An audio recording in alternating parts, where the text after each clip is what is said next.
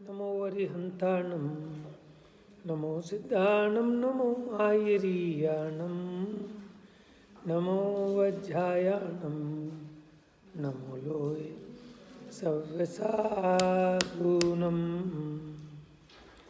नमः श्रीवर्धमानाय निर्धूतकलिलात्मने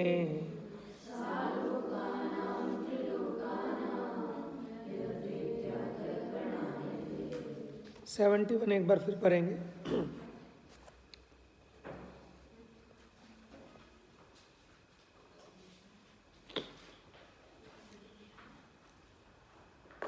प्रत्यख्यानतनुत्वान्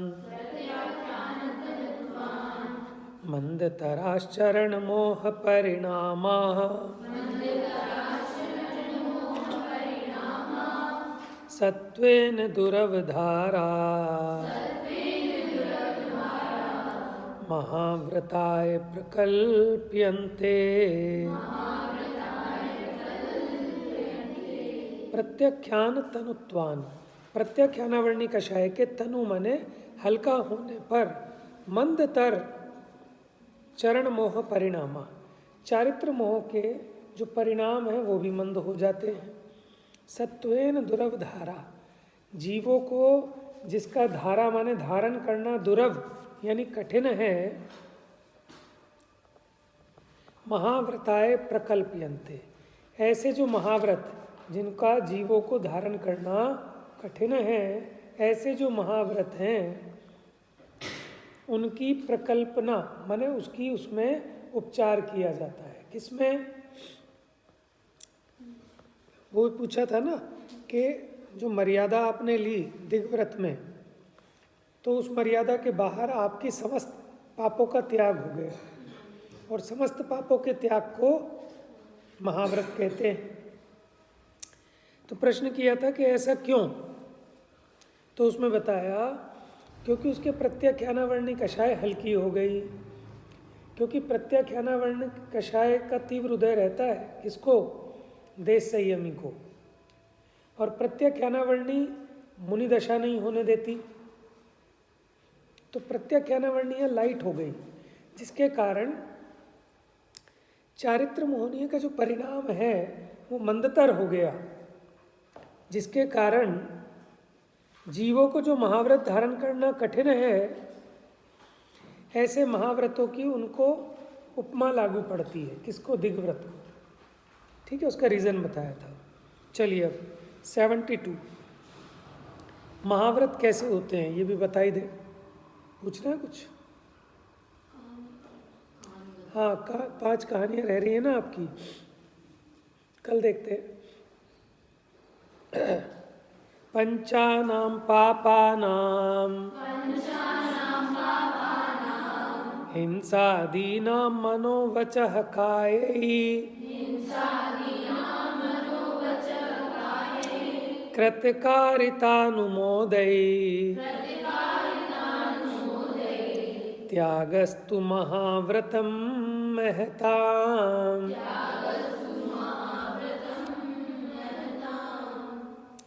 पंचानाम 5, पापानाम पापों का, कौन कौन से? हिंसा अधिक, हिंसा झूठ चोरी कुशील परिग्रह, मनोवच काय, मन वचन काया से, कृतकारित अनुमोदना से, त्याग उसका त्याग करना, महाव्रतम महताम,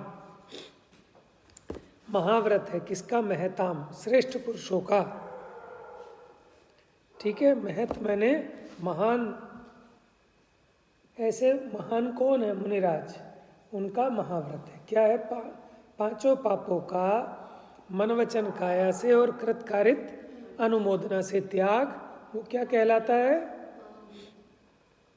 तो इसी को 9 कोटि से कहते हैं। मन वचन काय, कृतकारित अनुमोदना, 3 3 9, इनके 9 भंग बनते हैं।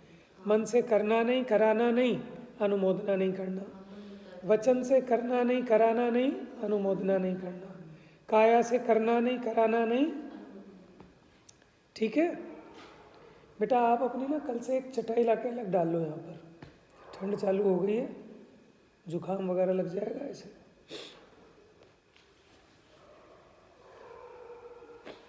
चलें आगे। अब जो हमने दिग्व्रत कहे उसके 5 अतिचार सुनो। ऊर्ध्वाधस्तात्रीय व्यतिपातः क्षेत्रवृद्धिरवधीनाम् विस्मरणं दिग्विरते रत्याशाः पञ्चमन्यन्ते।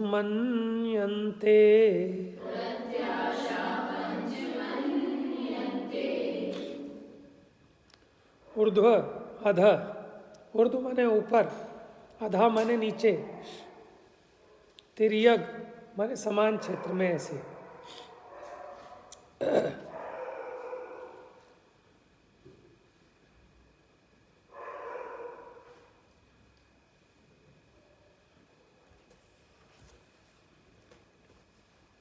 व्यतिपातः, व्यतिपात माने उस मर्यादा का भंग कर देना अथवा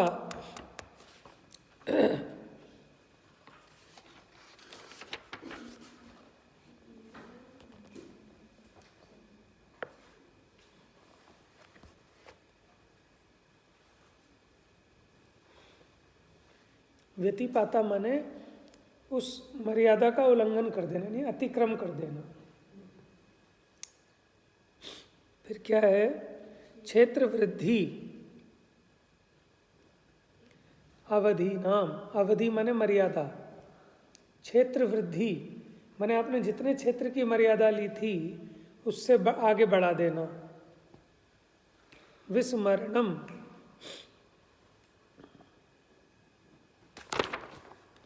किस कारण से? माने जो आपने क्षेत्र की या तो वृद्धि कर लेना या फिर जो क्षेत्र की मर्यादा थी उसको भूल जाना कि मैंने यहाँ तक का नियम लिया था कि इससे आगे नहीं जाना। दिग्विरते अत्याशा, ये जो है ना अत्याशा शब्द, ये अतिचार के अर्थ में है। ठीक है, तो क्या है? ये दिग्व्रत के अतिचार हैं। पंचमनियंते के 5 ये माने गए हैं अतिचार। समझ गए? तो इसमें क्या होगा? उर्दू में, अधा में, तिर्यक में कितने हो गए? 3।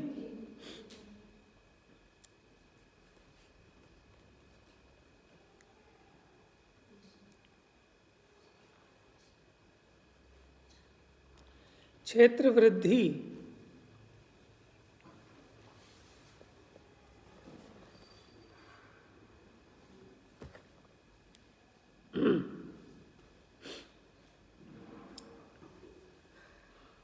ये है ना व्यतिपाता। व्यतिपाता का मतलब है कि उसका उल्लंघन कर देना। अब कहाँ कहाँ?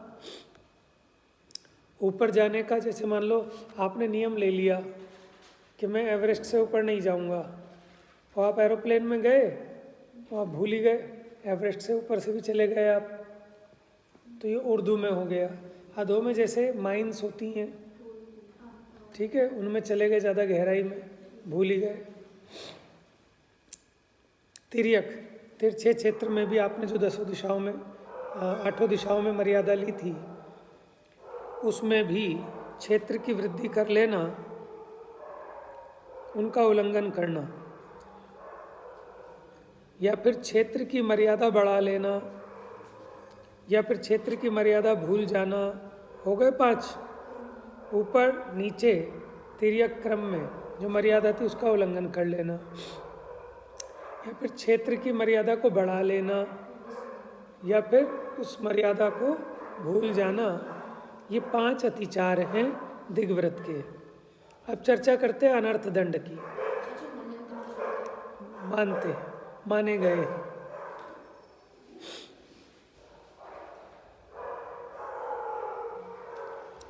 देखिए भैया, अनर्थ दंड त्याग व्रत, ये बड़े ध्यान से समझना, ये बहुत उपयोगी है। क्योंकि निष्प्रयोजन हिंसा आदि में प्रवर्तन करना, इसका नाम है अनर्थ दंड, और इसका त्याग करना अनर्थ दंड त्याग व्रत। अनर्थ माने जो बिना अर्थ के लिए हो, अर्थ माने होता है प्रयोजन, और अनर्थ माने क्या हो गया? निष्प्रयोजन, बिना प्रयोजन के हिंसादि पापों में प्रवर्तना, वो अनर्थ दंड है। देखो आपको नहाना है, तब तो पानी यूज करना पड़ेगा। आपको नहाना भी नहीं, बिना मतलब पानी फैला रहे हो, तो वो अनर्थ दंड में आएगा, भले ही छना हुआ पानी हो। आपको खाना पकाना है तो आपने अग्नि जलाई, वो अनर्थ दंड है कि नहीं? नहीं। लेकिन आपको खाना भी नहीं पकाना, बिना मतलब आग लगा रहे हो, तो ये अनर्थ दंड हो गया। आपने कुआं बनवाना है इसलिए खुदाई कर रहे हो, अनर्थ दंड नहीं है, क्योंकि प्रयोजन से है। लेकिन कुछ नहीं करना, बिना मतलब खेल खेल में पत्ते तोड़ लेना, मिट्टी खोद लेना, पानी बिखेरना, लाइट चालू छोड़ देना, माने अगर अनर्थ दंड का त्याग कर दो तो बहुत सारे जो फोकट के पाप हैं उन सब से बच जाओगे। बिना मतलब कि इसकी उसकी राग द्वेष की कथा करना। 5 वेद बताएंगे अभी इसके अनर्थ दंड के। चलिए, श्लोक नंबर 74। अभ्यंतरम दिग्वधे, अभ्यंतर दिग्वधेर पार्थिकेभ्यः सपाप योगेभ्यः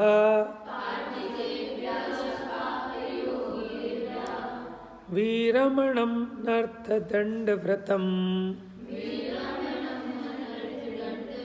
नहीं, वीरमणम् अनर्थदंड व्रतं विदुर्व्रतधराग्रण्यः।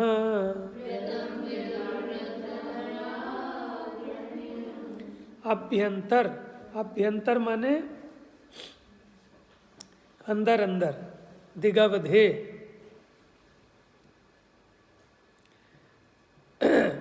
दिगवधे, दिग माने दिशाओं की, अवधे माने मर्यादा।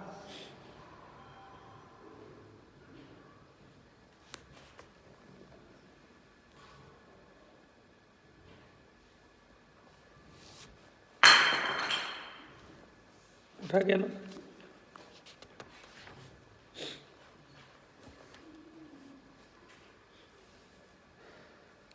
ये जो पार्थिकेभ्य लिखा है ना, इसके पहले र है, र, तो र पार्थिकेभ्य यानी अपार्थिकेभ्य, अप्रयोजन। पार्थिक मैंने प्रयोजन, अपार्थ मैंने निष्प्रयोजन। तो देखो, अभ्यंतरम दिगवधे र पार्थिकेभ्य सपाप योगेभ्य। देखो, पाप के साथ जिसका योग है, संबंध है, दिगवधे माने जो दिशाओं की अवधि माने मर्यादा ली थी, उसके भीतर भीतर, उससे बाहर की तो बात ही नहीं है। अब अनर्थ दंड में बता रहे हैं कि जो आपने दिशाओं की मर्यादा ली, उसके भीतर भी अगर आप निष्प्रयोजन पापों में प्रवर्तते हैं,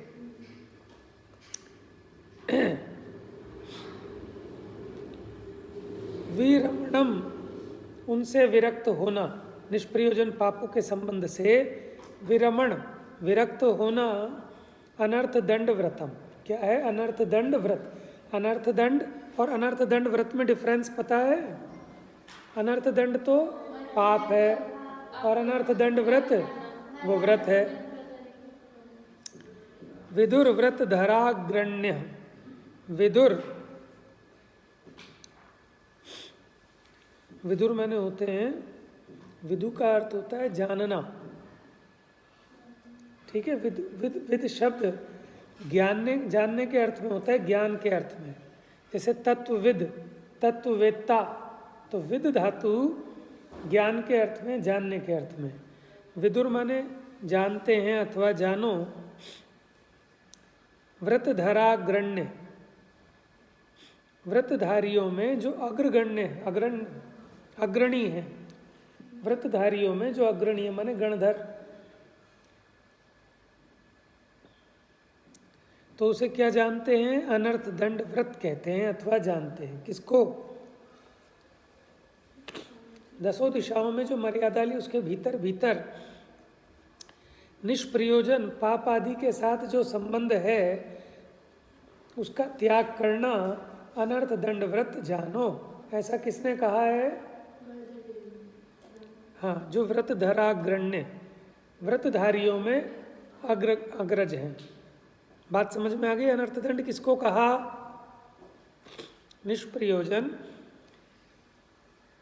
निष्प्रयोजन पापों के साथ पाप कार्यों में लगना वो अनर्थ दंड है, और उसका त्याग करना अनर्थ दंड त्याग व्रत है। उसके भीतर भीतर, उससे बाहर नहीं, उसके अंदर जो आपने नियम लिया है ना 10 दिशाओं का, उसके भीतर भी निष्प्रयोजन नहीं प्रवर्तन पाप आदि।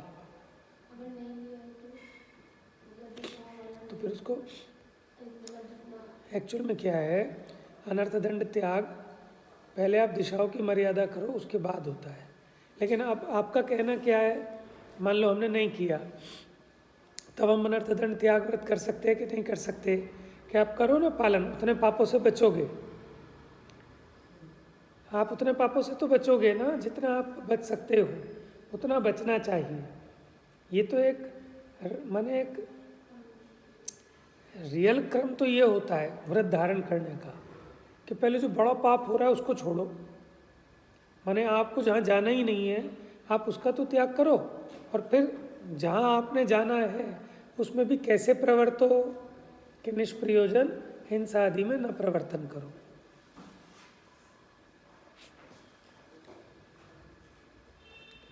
ये अपार्थिक समझ में आ गया, अप्रयोजन भूत। अगला देखते हैं। अब इसके 5 भेद हैं अनर्थ दंड के। पापोपदेश हिंसा, दानापध्यान दुश्रुति पंच,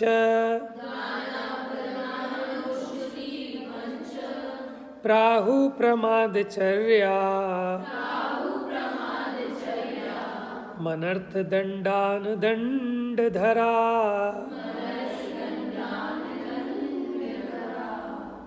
अदंड धरा, जो इन दंडों से रहित हैं, ठीक है, जो माने इन दोषों से रहित है, ऐसे जो निर्दोष गणधरदेव अथवा तीर्थंकर परमात्मा,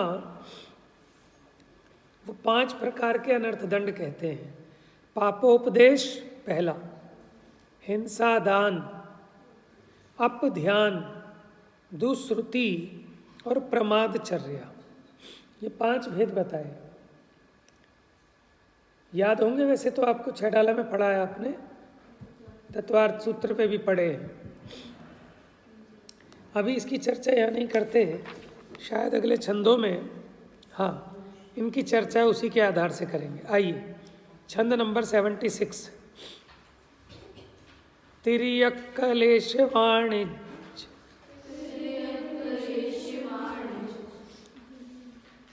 वाणिज्य लेना पड़ेगा, वाणिज्या। देखो जरा, अच्छा वा पे नहीं है, या पे।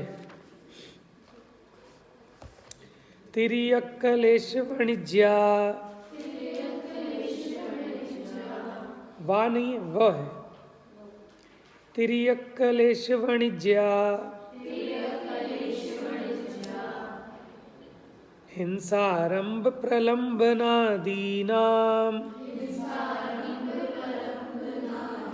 हिंसारंभ प्रलंबनादीनाम,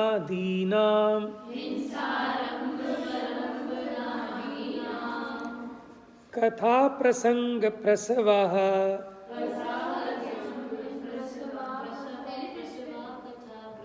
अब इसमें तो कथा प्रसंग प्रसवा लिखा है, और इसमें लिखा है प्रसवः कथा प्रसंगः,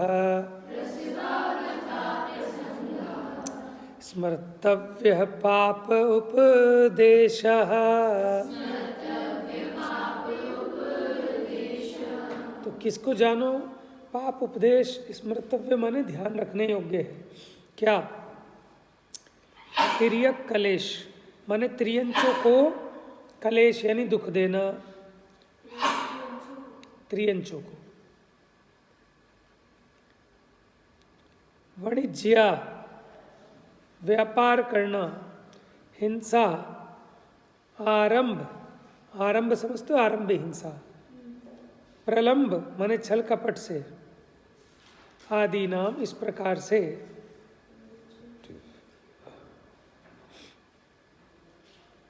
कथा प्रसंग प्रसव माने इस प्रकार की बार बार कथा करना, इसके बारे में उपदेश देना, सुनना, पढ़ना, पढ़ाना, किसके बारे में कि कैसे त्रियंचों को दुख दिया जाए, कैसे उनका छेदन भेदन किया जाए। अरे इसको बांध दो, घूमता रहता तुम्हारा बैल, इसको बांध दो यहाँ खूंटे से, तो ये पापोपदेश हो गया। पाप का उपदेश, ये पापोपदेश है। अरे तुम्हारा घर इतना पुराना हो गया, तोड़ के बनवा लो, तो पाप का उपदेश हो गया ना। उसमें कितनी हिंसा होगी तोड़ने में, बनाने में।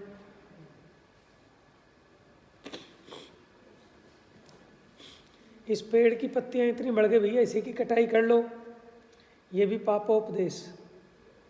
समझ में आया? तो त्रियंचों को दुख देने वाला, व्यापार करने का, क्योंकि उसमें भी उद्योगी हिंसा तो होती है। अरे खाली बैठे रहते हो, कुछ काम धंधा कर लो, व्यापार कर लो, इस काम कर लो, वो काम कर लो। हिंसा करने का, आरंभ करने का, छल कपट करने की, इस प्रकार की कथा करना, उपदेश आदि देना, ये सब क्या है? पापोपदेश, स्मर्तव्य, जानो समझो। ठीक है, इसको क्या समझो? पापोपदेश। यानी पापों को बढ़ाने वाली कथा, पापों के प्रसारण करने वाली कथा करना, वो पापोपदेश है। ठीक है, हम तो इससे बच सकते हैं ना। ऐसा कोई उपदेश ना करें जिसमें हिंसा होती है। अरे कुआं खुदवा लो,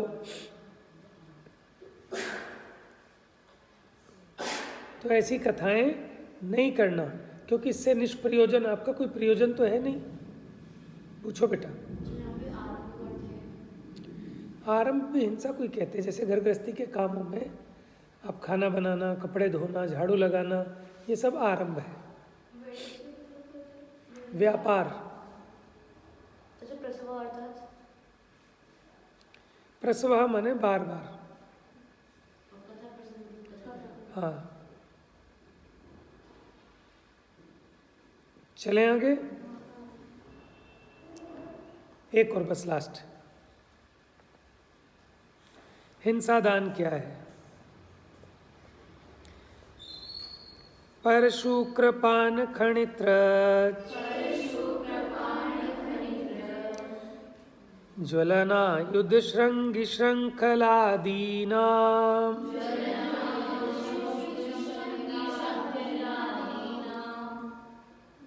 ज्वलन, ज्वलन आयुध, ज्वलन मैंने होती है अग्नि, आयुध मैंने होते हैं अस्त्र शस्त्र हैं।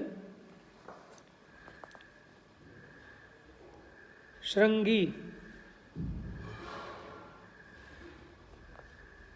श्रृंखला, श्रृंखला मैंने होती है सांकल।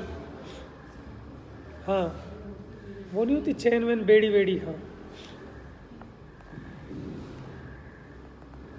आयुध मैंने शस्त्र, श्रृंगी मैंने जहर।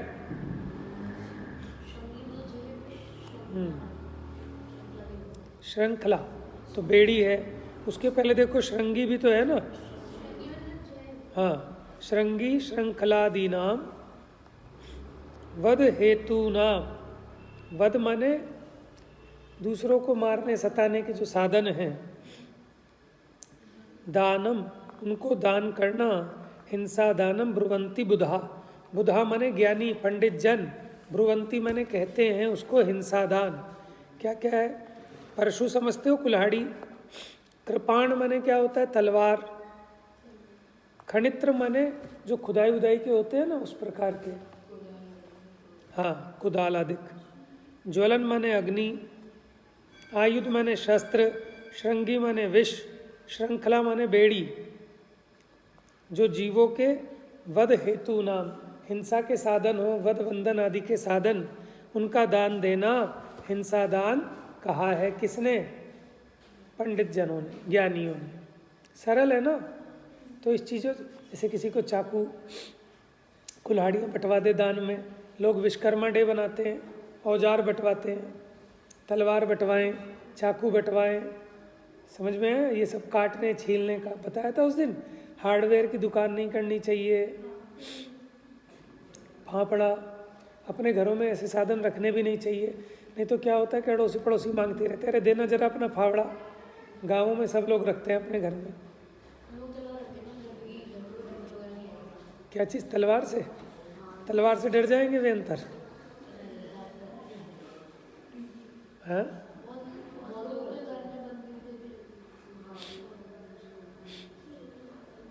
चलिए बात समझ में आ गई। देखो, कुल्हाड़ा, कृपाण तलवार, परशु कुल्हाड़ा होता है। खोदने के लिए कुदाल टाइप होती है ना, है? कहाँ लिखा? मुझे तो दिखाई नहीं दे रहा।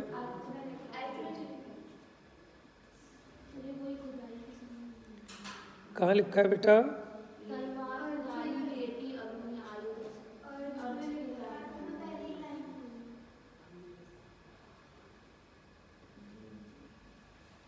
सेवेंटी 76 की, अच्छा सॉरी 77 में।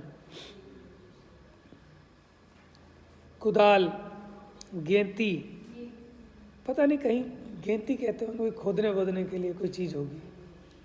आप समझ गए ना मतलब? ये तो मोटे मोटे गिना दिए, इसके अलावा और भी चीज़ें, जैसे अड़ोसी पड़ोसी चाकू मांगते हैं, चाकू वाकू नहीं देना चाहिए, कहो जी मिल नहीं रहा, ठीक है जी, है एक ही काम कर रहे हैं, है ना?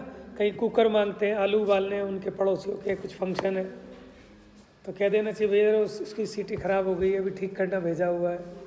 तो जितना जैसे बच सके बचना चाहिए, ठीक है? कितने छंद हो गए? 70। कितने से स्टार्ट किए थे आज? 72 से 77। जा वाणी के ज्ञान से सूझे